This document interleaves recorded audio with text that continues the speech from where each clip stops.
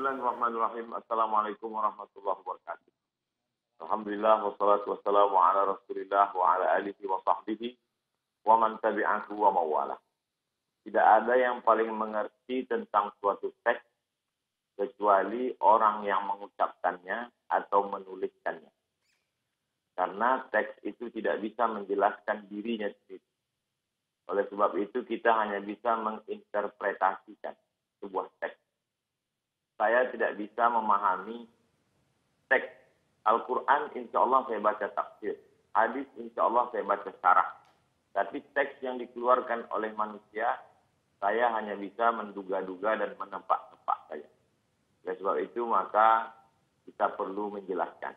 Seperti saya menjelaskan apa yang saya sampaikan. Adapun terkait tentang Minangkabau dengan Pancasila, maka kita bisa lihat satu persatu dari sila-sila itu. Sila yang pertama misalnya ketuhanan yang Maha Esa.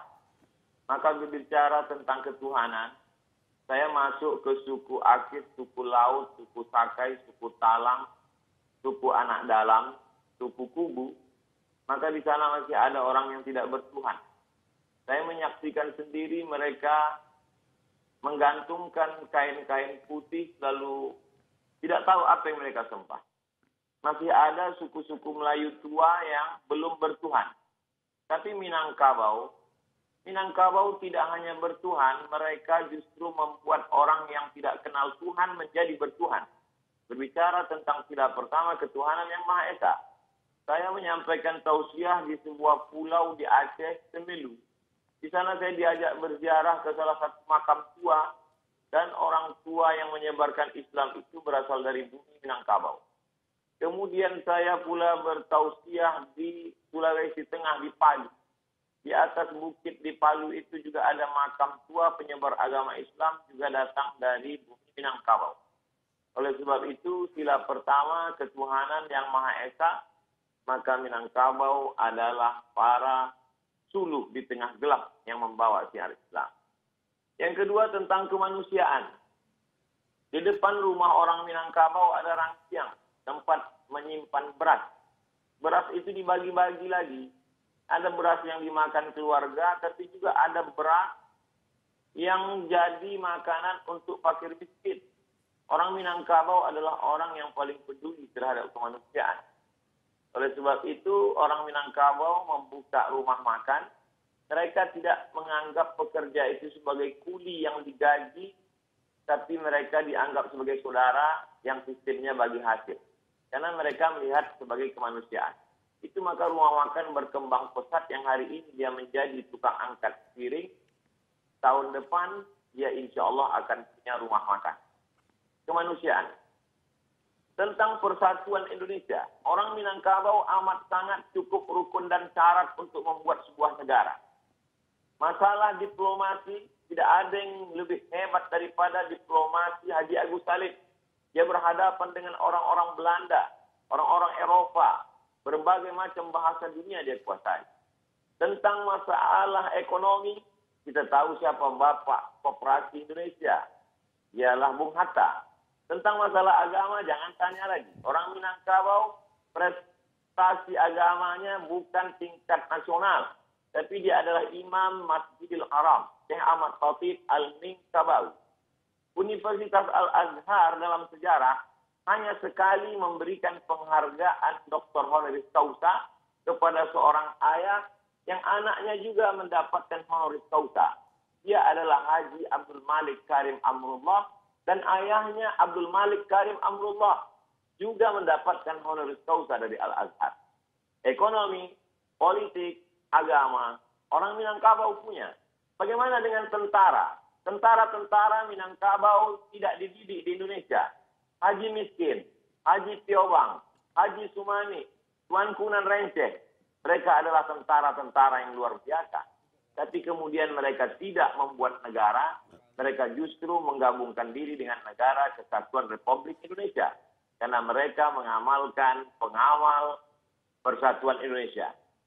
Tentang masalah musyawarah. Sila yang keempat. Musyawarah, bule, ayah, dek pambuluh, bule kato dek mufakat. Air itu menjadi bulat kalau dia lalu di pembuluh. Sedangkan kata itu menjadi bulat kalau dia ada musyawarah mufakat. Orang Minangkabau tidak mengambil keputusan sendiri dengan kepalanya sendiri. Dia tahu dia mungkin silap, salah, dan lupa. Orang Minangkabau mengenal filosofi tiga tungku sajarangan. Kalau kita memasak ada 3 tungku di sana. Tungku inilah yang menampung dandang yang begitu besar. Tungku ini juga yang merasakan panasnya api di bawah. 3 tungku sajarangan, nenek mama, alim ulama, cadia pandai. Orang Minangkabau berkata, duduk sendiri sampai duduk bersama lapang. Duduk sendiri terasa sempit, tapi kalau duduk bersama terasa lapang. Kenapa demikian? Karena mereka lebih mengutamakan musyawarah dan mufakat. Lalu kemudian tentang keadilan sosial. Orang Minangkabau amat sangat adil. Anak didukung, kemanakan dipangku. Perempuan Minangkabau tidak pernah perlu jauh dari kampung halamannya untuk cari makan. Kenapa demikian? Karena mereka punya nenek mama yang adil. Perempuan tidak pernah mengalami diskriminasi. Karena perempuan ada harato tinggi yang tidak dibagi.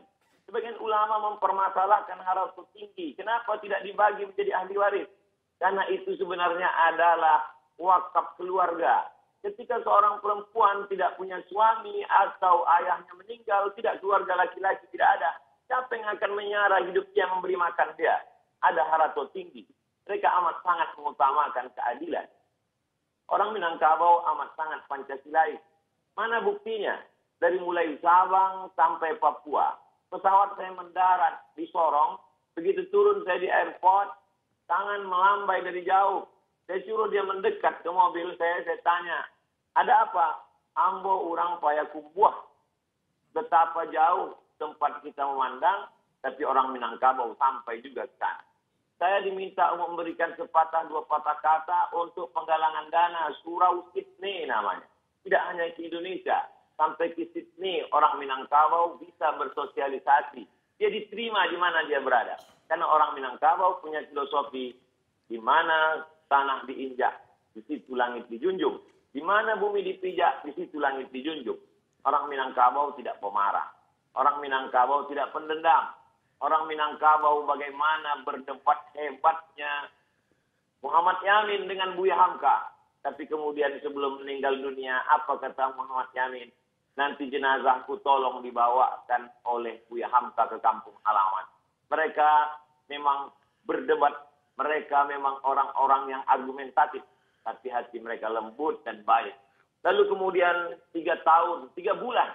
Kalau kita merdeka 17 Agustus, 3 bulan sebelum itu, 29 Mei 1945, maka Muhammad Yamin, putra Minangkabau, sudah menyuarakan tentang pri kebangsaan, kemudian pri kemanusiaan.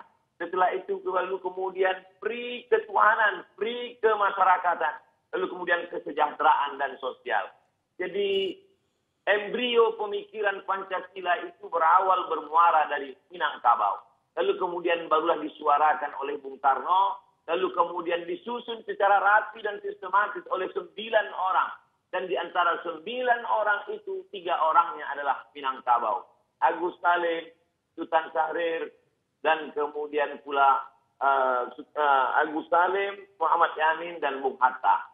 Kalau 9 orang ada 3 orang Minangkabau, maka sesungguhnya Minangkabau mewarnai setiap gerak langkah pemikiran orang Indonesia. Jadi saya kira ini adalah ikram gratis untuk anak-anak muda Minangkabau supaya dia lebih memahami siapa Minangkabau, apa Minangkabau, bagaimana sejarah orang Minangkabau. Saya menganggap di balik ini semua tentu Ustadz selalu berkata ada hikmahnya, tapi tentu juga di sana ada pelajaran berharga. Man takallama faqad arada aqlahu 'alan nas. Siapa yang berbicara, sesungguhnya dia sedang mempresentasikan isi kepalanya kepada orang banyak.